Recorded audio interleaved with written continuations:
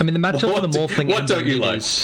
No, I'm just trying to think of how I'm trying to think how Morphling wants to itemize this game, because I was really impressed with I think it was they did the same thing, right, where they had Hung play Morphling, and then it was Drew Sven in that I think first game for Army Geniuses yesterday, and Hung went like E-Blade Blink and just prioritized it, getting rid of the supports. Yeah, I think you have to do that, right? If you're playing with a Sven, like, that is a farming core. There is no other way to play the Sven. Like, he's got an inbuilt battle fury, essentially. So you need to go something that's a little bit more active, and, I mean, E-Blade is it, right? Like, you can sustain a little bit more.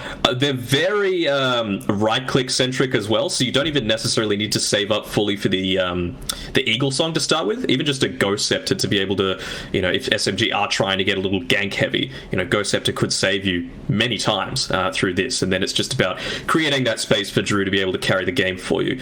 What I do like about the Sven is, you know, it's a very nice thing to be able to counter this Chaos Knight, the PL. Again, that inbuilt Battle Fury is going to do a good job to cleave down this, and, you know, it's not a bad lane either. You know, it's not like something like a Viper or a Venomancer or, you know, something else that's just going to be harassing you out all too much. I'm not minding the last big Sven at all. Yeah, it definitely felt like they needed a way to deal with the Phantom Lancer. And now with the Sven getting picked up, you have that mechanic, and, you know, we'll see if Drew is going to be able to play as solidly as what he did yesterday versus Army Geniuses. He just looked incredibly dominant on the Sven, on the Lifestealer as well. So, you know, for him, he was saying he's looking for a little bit of a comeback here, considering he did unfortunately get booted out of Boom. So we'll see, you know, if he can continue to make that comeback performance, and in 496 we're able to continue with their momentum, because yesterday they were able to get their first series victory, and this is a big one. I mean, SMG is, you know, one of the teams you more than imagine will be competing at the top of the table, and, you know, 496, they want to be up there as well, considering they did get eliminated from the upper division. Yeah, of course, and we can see here it's Roger that's actually going to be playing the Elder Titan. So, again, with these two heroes, not 100% certain who's going to lane where. You would think maybe the Elder Titan might be... Honestly, like, the Boots of Speed, that tends to make you think, oh, that's a 4, but... I mean, just with how you play the Elder Titan, right, just wanting to run at people, it's not too bad for a position 5 either. Yeah, we'll see how he prioritizes in the lane as well. It's going to be a bit of it's going to be an interesting lane, because the Pango and Tusk can definitely man-fight the ET. The Tusk is one of the few heroes that I think does relatively well versus the Elder Titan in the lane, just mainly because of that tag team. So, you know, if that BB has a good start as well, then we'll really see how Roger is able to play.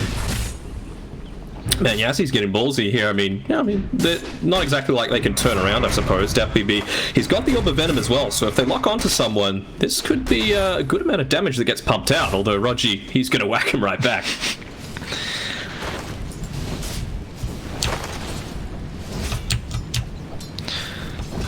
We'll see how this mid matchup is going to end up faring, though, for Nia and Hung, but more than likely it's just going to be that farm fest for us to start here early on with the Morphling and the Ember. You know, this is what we did see from Hung, I believe, in that game 1 versus Army Geniuses.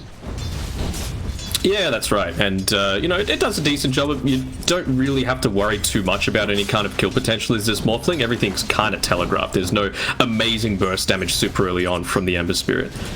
The lane I'm going to be watching, honestly, both side lanes are pretty exciting, right? If you get out of position on the bot lane, you're going to die. It just depends which team is going to be. And on top side, once you get a few levels in onto KP, you know, you've got the Chaos Bolt, you've got the Reality Rift. All you need to do is combo that together with the Inkswell. You can guarantee that Inkswell hits every single time. Want some poison? Do you like that they put the Grimstroke in this lane, though, versus Bombi, because he has the Fortune's End? Would you rather the Grimstroke play bot, and then you won't have to worry about Bombi having a purge? I mean, it's a little annoying, I suppose, but maybe they just wanted to funnel a little bit more of that gold into our food, just to make sure that the... He gets his key items, right? The way they play Grimstroke these days is the Aether Lens into the Shard most of the time. But like you said, that Oracle is just going to make it very annoying. Inside you, Chaos Knight. Or do you imagine that, just spending 1,400 gold and then just being completely useless. And it's such a nutty item as well, or nutty upgrade, I should say, with the Inkswell Shard. We're seeing a lot of people prioritize that early. We've even seen like position 5s just set up all their gold till 20 minutes, and then they have that available straight away.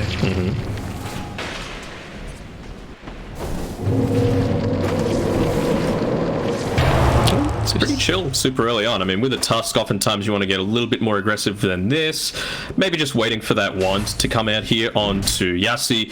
I mean, level 3 is really when he wants to start being active, but you have to consider, well, that's when ET's probably going to be hitting his power spikes as well. Top Afu might be in trouble. We've seen Nia actually pick up first blood mid against Hung Hon. That's a big one to find. He's only got 1 point in Slight as well. It's sometimes with the Ember you can maybe get a kill if your Slight has higher level and then you use it from the fog, but the fact that it's only level 1 and he gets that, now he's sniping the bounty away as well. This is a massive mid lane win for Nia now. It is, right? Like, it shouldn't happen, you know. He doesn't have Searing Chains, he only had Flame Guard. You're a Morphling going against the Ember Spirit, so you should most of the time being able to dodge out a lot of this damage. So yeah, just a misplay by Hung Hung. Not just he's taken a lot of damage again. Not just missing out on that bounty rune, but essentially did the full creep wave die underneath that tower? I feel like it did. Yeah, I feel like it did too.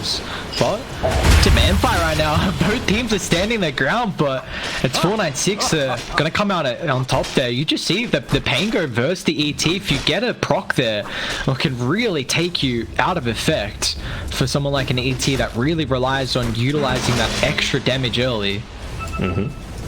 You can see Yassi realizing that mid lane didn't go as ideally, and it's actually a bottle picked up super early on by the Tusk. So multiple bottles this game.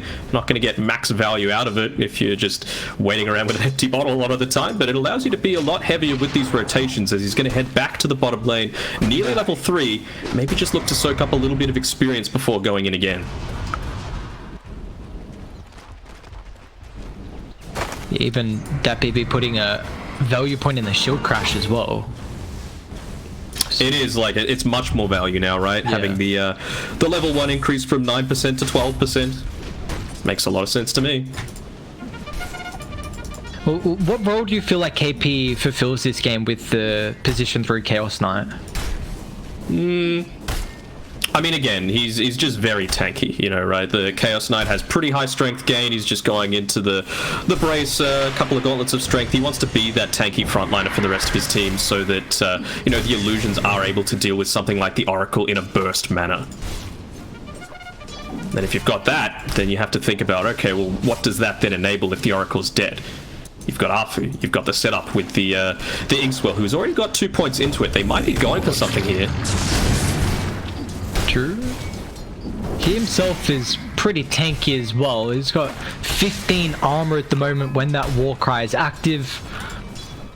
And it's really good by back up a Bombi. A lot of the times, you know, you want to be harassing people out with that Fortune's End and the Purifying Flames just to reduce a lot of their regen. Granted, like, KP and Afu have very little regen. Afu's at least got the salve, but KP's got nothing left for himself. So maybe they might get baited into, okay, let's try and, you know, force him to buy a little bit more regen. But as soon as you use that Fortune's End, you open yourself up to dying. So I feel like they're just wanting to take the conservative approach. They've got this Sven. They just want to make sure he's able to farm as opposed to dying in the super early game. Nice rotation from Rogi, taking away that haste string. Top lane. They're going in on top of the Oracle right now, but with the Tusk TPing over, Yassi's going to provide them with this +1 factor here that SMG were not ready for. As they go aggressively, lose 2 heroes. It does mean that BB solo down bot now, and he's going to be in a bit of a tricky scenario with a swashbuckle on cooldown, but looks like Rogi might just be enough here as PL is just going to give him space and allow Rogi to go to work, but that means the swashbuckle's back up. BB not able to find a cute play there to bring down mid one as he goes back to the PL, and mid one's going to claim the kill. I mean, that's a bit of a misplay, right? Like, he could have just died, you could have swashbuckled up, you could have swashbuckled into the trees, and I suppose his TP was on cooldown, but instead he's like, hey, mid one, you want some gold? Here you go. You want a free kill? Yeah, alright. Thanks, brother. And you see, I mean, that BB is really struggling the lane as well. Only 16 last hits. Yes, he's got a kill, but he's not getting a whole lot out of this lane at the moment.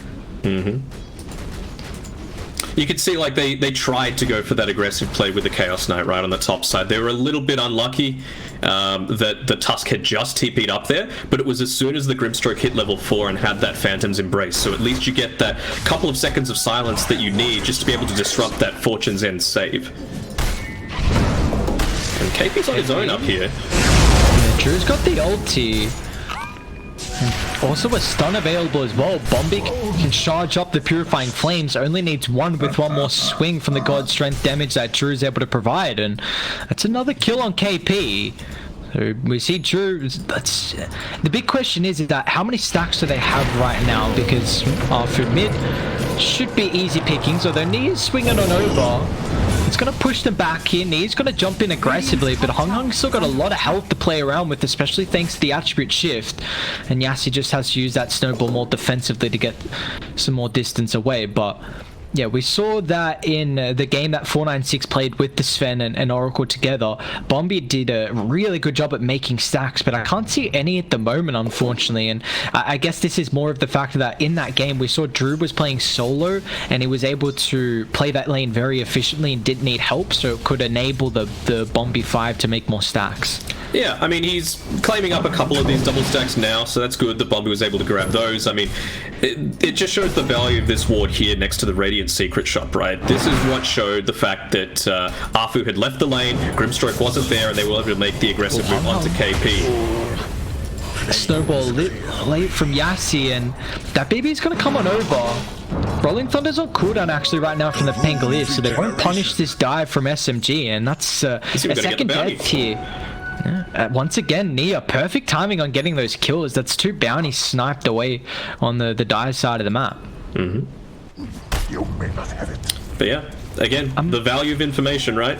Just being able to know when KP's on his own, it enables this combination. They're going to go for it again. KP using the fog. He needs backup.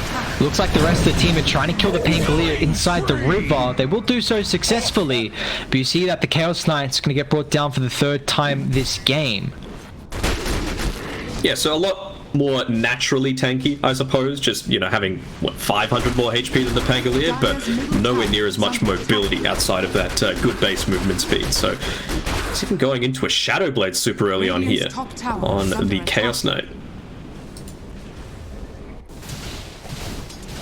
Interesting. That's going to be, I guess you come out of Invis with the stun on top of the Morphling, because the blink, it's going to, you're not going to get that stun fast enough. Although I feel like we see a lot of offlane Chaos Knights rush that Aghanims, right? Yeah, I mean, especially with a PL lineup, I feel like it's pretty reasonable. Also, maybe the fact he wants to build into a Silver Edge so that the Sven isn't going to be quite as big of a deal with the Greater Cleave against the PL illusions, and hell, even Chaos Knights illusions on their own.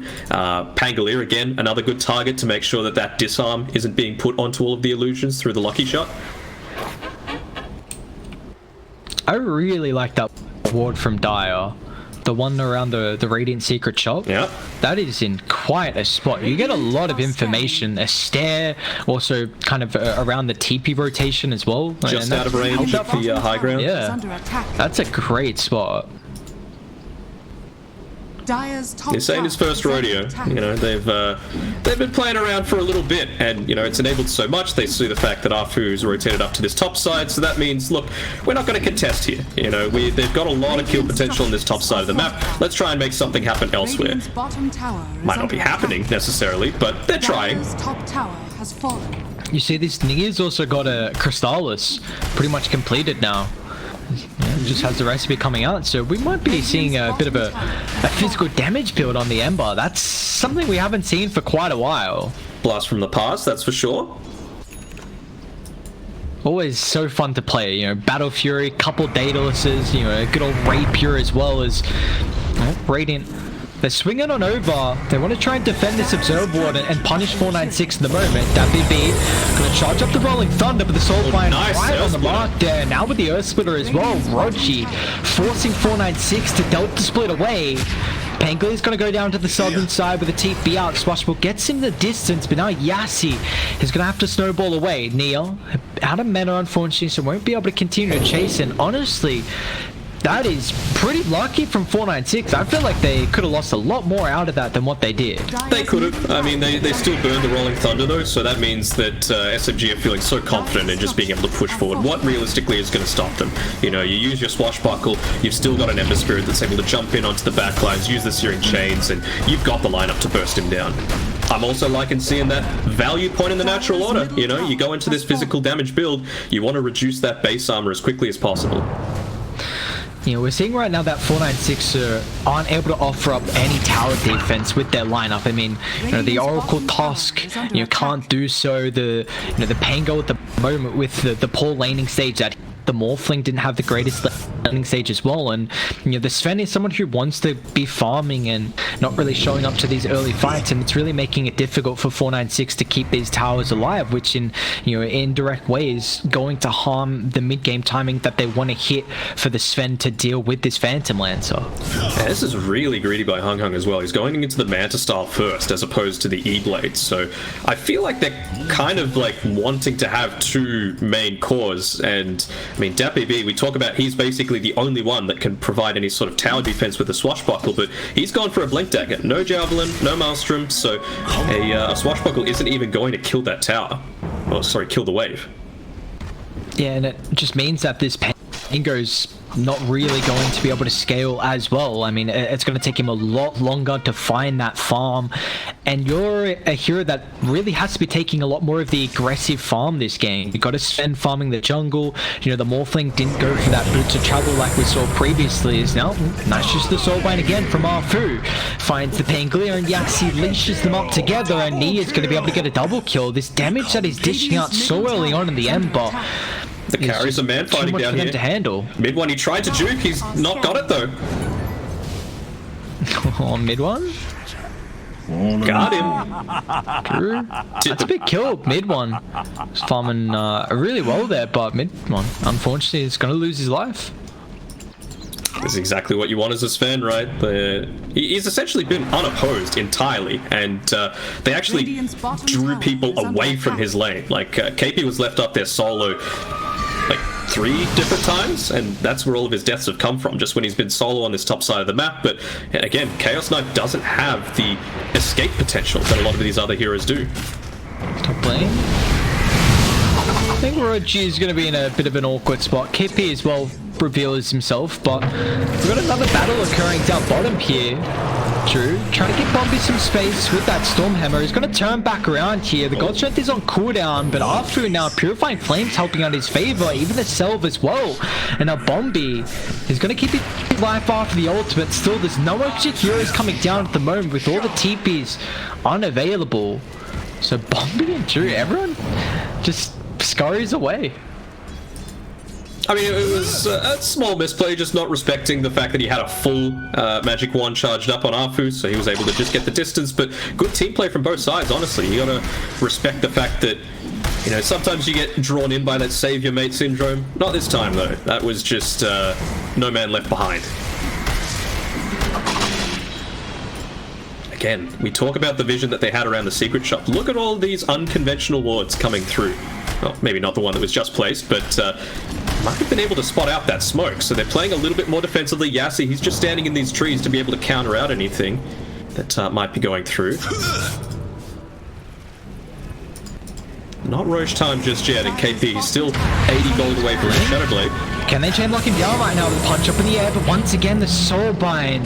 This Pango just has to play away from the team. So the Rolling Thunder, along with Soulbind's going to get committed. Drew's pushing up forward here, but Radiant, they're looking to reset in a position where they can catch up 496. A little bit disconnected away from the team. They got a great ward on top of the lane here, but how do you really start the fights instantaneously?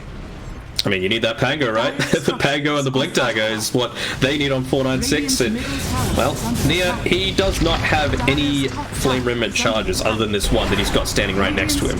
Hung with that double damage, about to expire, but at least he's got the Manta style, so they're going to try and take this... Oh, they got the sleep? No! Oh, nice use of the snowball, though. Drags him in. Now with the Earth Splitter's on cooldown, they're going to move on forward with the punch up in the air for the damage.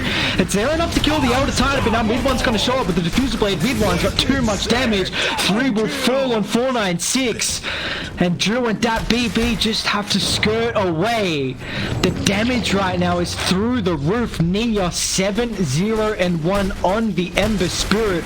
It was a great snowball, but it did not matter.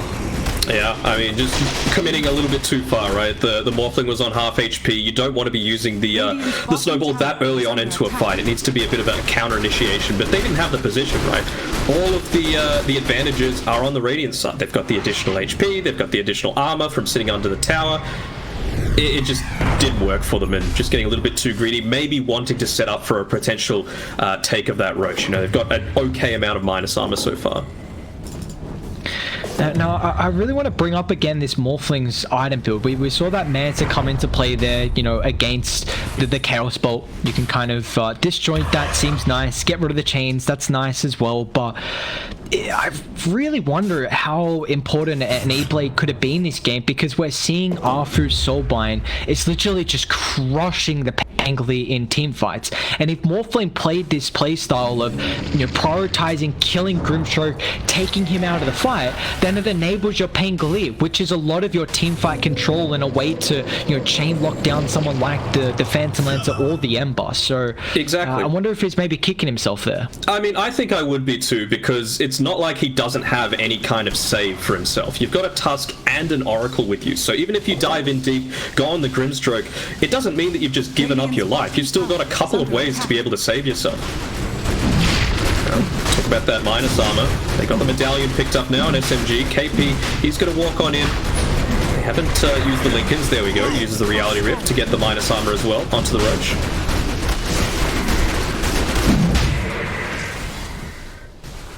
496. Drew just picked up BKB, but once again, we've got to see how that BB is going to play. Nice blink, gets away from the Grimstroke right now, so Roger's going to fall, and they're forced to use the Soulbind, but that BB is well in front, is not really doing much, and Drew's losing all his mana as well. Getting kited through the engagement, Morphling control with the sleep. Where's the protection coming through? There's none. Yassi not there, neither with Bombi as well, and now they're retreating underneath an Observer Ward. Looks like Drew will help them out there, however, with that war cry, they'll get some distance. So they have at least forced SG to reset out of the Roche pit. They're going to go back in though with the Snowball. They're going to still be careful. Drew's ultimate is about to expire. And then with the BKB pop, but this is just more defensively from 496, as they're unable to get the opening for this engagement, and they just have to now give up Roshan. Again, just the value of information. I keep going on about it, but that Observer Ward that we talked about, just sitting on the dire high ground, it just does so much. You know, you see exactly when they're going to be turning around. You had to expend the buyback on the Elder Titan, but it's a support at the end of the day. And he's doing just fine. It's going to enable them to go into this Roche, and that gold that they obtained from that is going to get KP his Ag Shard as well. So he's really keen on getting a Phantasm Illusion, starting to bully some of these heroes on 496. Lasting 6 seconds. They buff the duration on it, so it's quite a long time that you're having to deal with it. You know, if you're able to lock it down onto, let's say, Pango, then you know you've got that illusion hitting you. You can't blink dagger into the fight. It's a lot more difficult for you. And I think the cast range as well is going to be a big factor for the Chaos Knight. I don't know what it is naturally, the Chaos Ball, but plus 300 is a high amount. It's pretty juicy. Let me talk about a VPN issue. I'm quite surprised that it's Roger, not KP, that's had to DC to fix his VPN. Oh, well done. It's pretty damn even, though. I mean, we talk about these key items coming up. Mid one, he's just gone for the much more conventional PL build, right? He wants to be able to stand and fight, realizes that, look, I feel like we've got enough illusions. You don't want to go too heavy into the illusion build with, you know, just being a Phantom Lancer, being the Chaos Knight. So not opting for the Octarine build with the Spirit Lance just yet. He's got the Diffusal, he's got the S&Y to be able to provide himself with a little bit of survivability, and he's just going to go into the Skadi next. I mean, if the game's still running, I'm sure they're going to look to prioritize the next Roche, and then that's the point where he's going to pick up the Shard. Once we do get to that later stage though, yes, you have a Sven to deal with the PL, but it really feels like because that BB hasn't itemized in the regard to help out, I'm worried because mid one has had a really free game. I mean, it's 3-1-2. He's not top of the net worth right now. Drew is got the crown at least in that regard, but he's also got the backup of the rest of the team from SMG, who have been playing really well. And I want to talk about a little bit about the itemization on the Ember. You know, we see he's queuing up into that Octarine after the crit stick. Very interesting item build from Neo. He's a bit of physical and then a bit of just the utility to help the Ember. A little bit of everything. They're going to catch out Rocky, and this is pretty big because it's a dieback. Actually, is he going to die?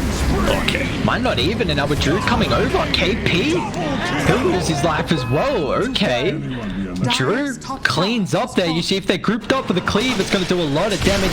Food TP out, but Drew just finds a stun in the nick of time. And well, this was the player that we were highlighting a lot through their previous series against Signal Ultra, and Drew absolutely popped off, and we're continuing to see his dominating performance right now. 5-0-4, and is kind of putting the team on the back. And he's wanting to make sure that he gets maximum use out of that God strength as well. Immediately after he gets that triple kill, goes in, forces at least the glip onto the tower. I think he should be okay. Although there are more rotations for top. There's no TPs right now. Nia even showing up as well will give them some space, because those 3 kills, they knew mid from a solo, but unfortunately the rest of 496 couldn't join them at the top side, so mid one's back to hitting the tower.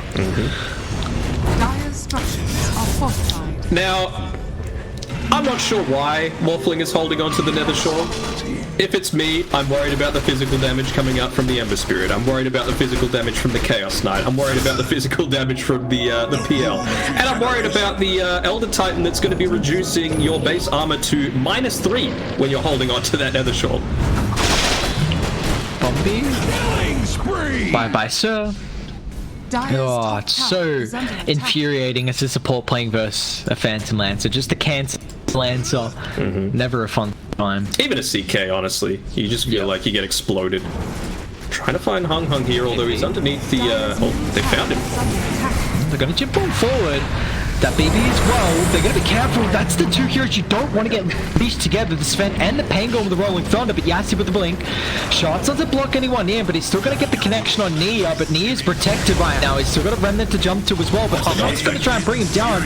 The Remnant's really late. Drew as well with the God Strength, but he's getting kited from the Diffuser Blade, and you see whenever the Rolling Thunder's using on cooldown, but Drew can blink on forward, trying to pump fake right now with the Stormhammer. Nice, just the slide's going to dodge. Drew now with the BKB. He's really far away from the team, but he's still able to crit down.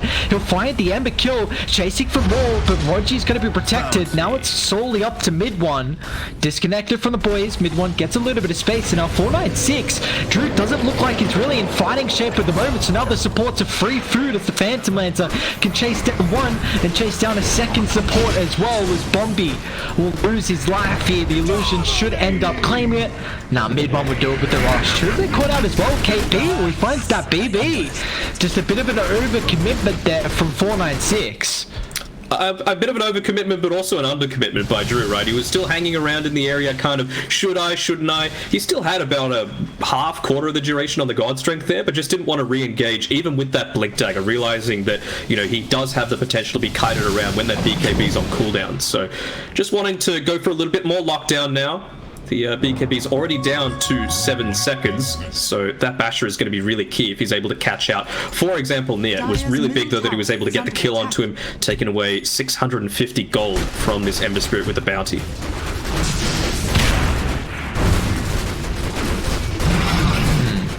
Doesn't seem like a fun time for a Sven not to play with any mana. The good old issues of a Phantom Lancer. Mid one's still got ages for another 30 seconds here. I don't think this is the person you want to initiate on, especially when Drew now has to pop the BKB. That BB's going to move on forward with the Rolling Thunder, but now SMG can reset, knowing that the BKB's on cooldown, the Rolling Thunder as well. They can go back in when any option they want to now. It depends on how they get the setup. That is not the fight when you, like you said, they've still got the Aegis, still up for another 15 or so seconds. They know he doesn't have BKB, but able to use the Manta to dodge out the Chaos Bolt.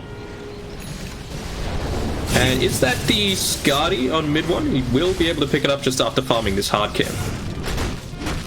For my coffers. Yep, Skadi now completed for the Phantom Lancer.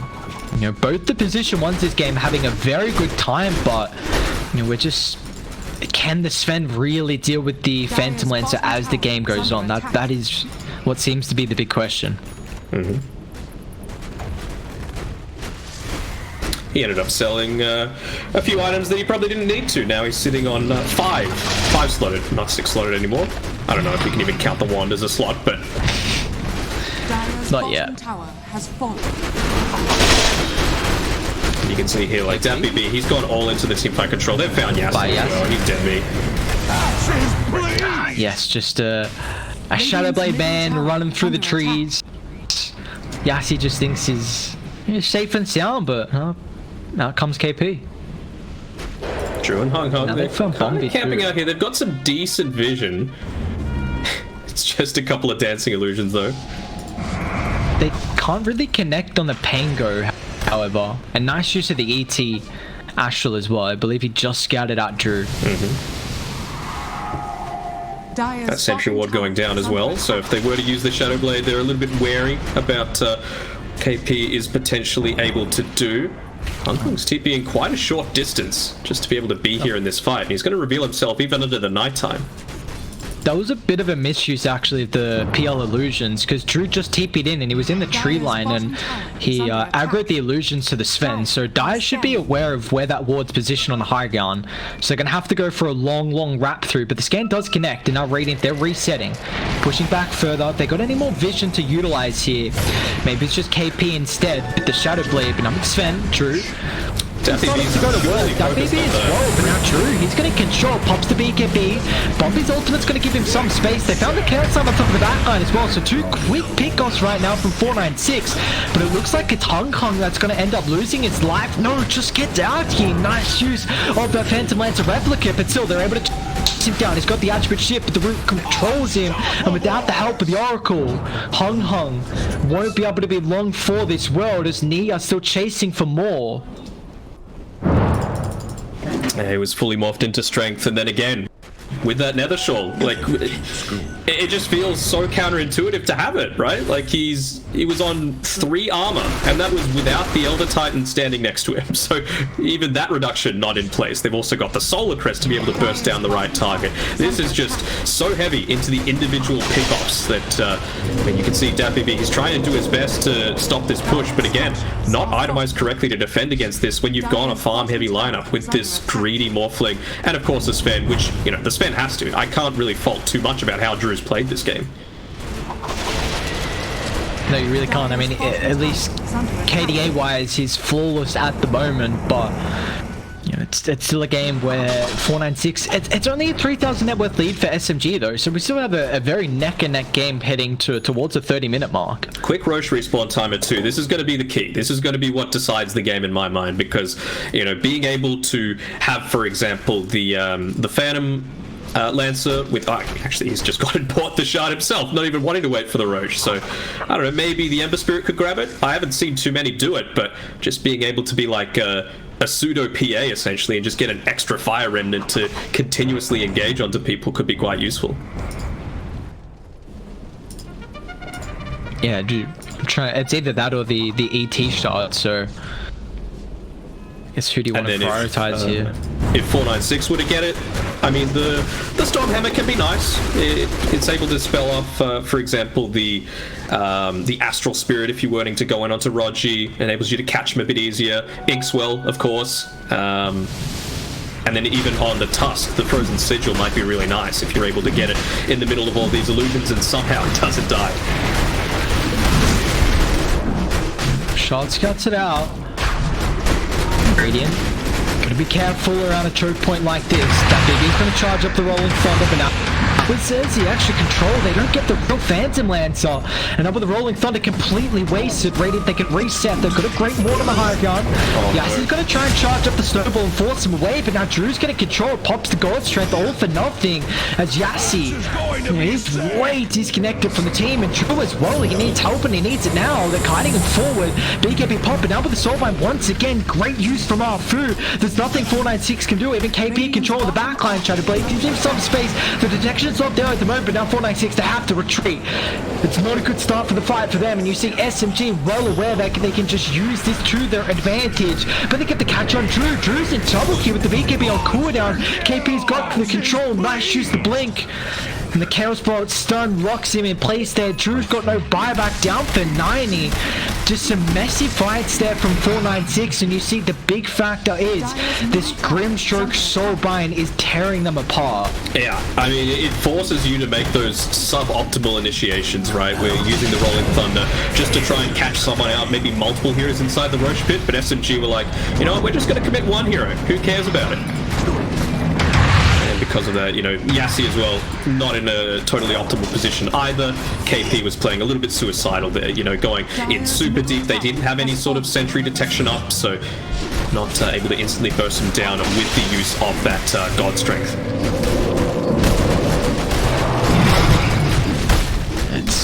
I mean, first death of the game there for Drew, but now it's going to cost you a full set of barracks at the mid lane. 496 doing whatever they can, but even if they show too far, you got to be careful of just the poke and prod that SMG have, and they can now go back and get Aegis. That's Roshan, about a 2/3 HP still standing. It's going to be Aegis, Cheese, and the Aghanim Shard as well. But Drew's up in 15. We've already got 3 shards on SMG. And I don't think Roger wants to be right in the middle of a team fight. I think he's just happy to stand back, make sure he's getting those shards out. A lot of his disruption, the Earth Splitter, and constant use of the Solar Crest. Tango is gonna get caught. Can he get the yours? The chance? Anything? Snowball, not even there as well. Tusker's got a buyback. It's all up to Drew now. The damage, can it come through right now from the Sven? But he doesn't get the initial jump thanks from the Stormhammer. Roger gets a little bit of distance as well, but now with the BKB pop, Drew, he's using everything to bring down an Elder Titan. There's a gems on the deck as well, but mid one, he's tearing apart the backline. Even Arthur's gonna blink forward as well with the X-Ball stun. The Snowball's not even there once again. Just Sven, he won't keep his life. There is Yassi as well, about a 3rd HP, brought back into the fight, but they don't even care about the Tusk. They want the Morphling. That's a more important target as Hung and the rest of the team. There's no buybacks available, and they just have to call it quits as SMG. Too dominant in this game 1. Way too dominant. I feel like you can't let this Grimstroke through. Just ban it. You know, it stops so much of what you want to do on the other team. It enables so much of what your team wants to do, and they picked a Pangolier into it. You know, it's it felt like DPC was essentially useless, and you know, he itemized for being that teamfight initiation. So if you're countering one of the cores with a support, that's a huge win from the get-go. Nothing, again, too much that you could fault with Drew's gameplay, but it was an uphill battle for 496 for sure, and SMG, they're able to take it.